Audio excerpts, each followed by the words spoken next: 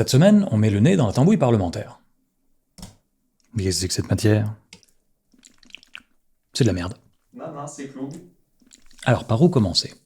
L'année dernière, réforme des retraites. On est passé de 62 à 64 ans.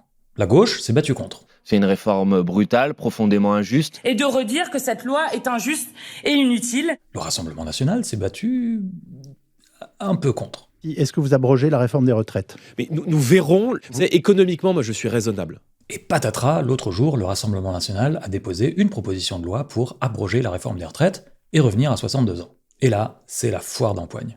Encore une fois, on assiste à une escroquerie sociale de la part du Rassemblement national, je suis désolée de le dire. Oui, bien entendu, que la gauche doit dépasser son sectarisme. Alors, point procédure parlementaire. Les lois, ça se fabrique pas n'importe comment. Il y a un ordre dans lequel on discute les différentes propositions de loi à l'Assemblée et au Sénat. Ça s'appelle l'ordre du jour. Alors la plupart du temps, il est fixé par le gouvernement, mais une fois par mois, c'est l'opposition qui décide de quoi on va parler.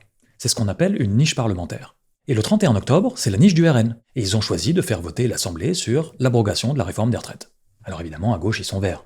Ça fait 1 an qu'ils se battent contre la réforme des retraites avec leurs dents, et les autres, ils arrivent comme des fleurs, vont faire voter leur truc, et ils iront crier partout jusqu'en 2027 que c'est grâce à eux. Du coup, pour la gauche, c'est la peste ou le choléra. S'ils votent la loi du RN, on revient à 62 ans, mais le RN empoche la victoire, et surtout, ça les légitime. C'est difficile de voter avec eux, et ensuite dire scrogneux, ils sont pas républicains. Si le NFP la vote pas, le RN dira on a voulu faire de la justice sociale, mais la gauche nous a empêchés, parce qu'ils sont sectaires. L'attrape-nigo de l'espace. Alors la gauche, elle tente des trucs. La semaine dernière, des députés NFP ont déposé un amendement au projet de loi de financement de la sécurité sociale, qui met les bases pour abroger la réforme. En gros, ils ont tenté leur version à eux de l'abrogation, mais le RN, qui attend sa niche parlementaire et qui veut pas se faire tondre la laine sur le dos, a voté contre. Alors qu'ils sont pour. Résultat, la gauche dit, la semaine prochaine, on votera pas avec le RN. Alors qu'eux aussi sont pour. Mais on proposera notre abrogation à nous, un mois plus tard, dans notre niche parlementaire. À nous. Et on verra si eux votent avec nous. Donc pour résumer, une majorité du pays veut revenir sur la réforme des retraites. Une majorité de députés veut revenir sur la réforme des retraites. Mais on revient pas sur la réforme des retraites. Parce que, tout le monde est trop occupé à tirer la couverture à soi. Il nous semble qu'avoir un regard critique sur cette histoire de corne-cul, c'est de voir que c'est pas une affaire de personnes. Ils sont pas tous idiots.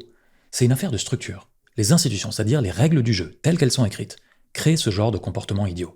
Et tant qu'on ne change pas les règles de prise de décision, l'intérêt général attendra. Tout cramer et reprendre à zéro. Si j'étais roi, c'est ce que je ferais avec la Bretagne.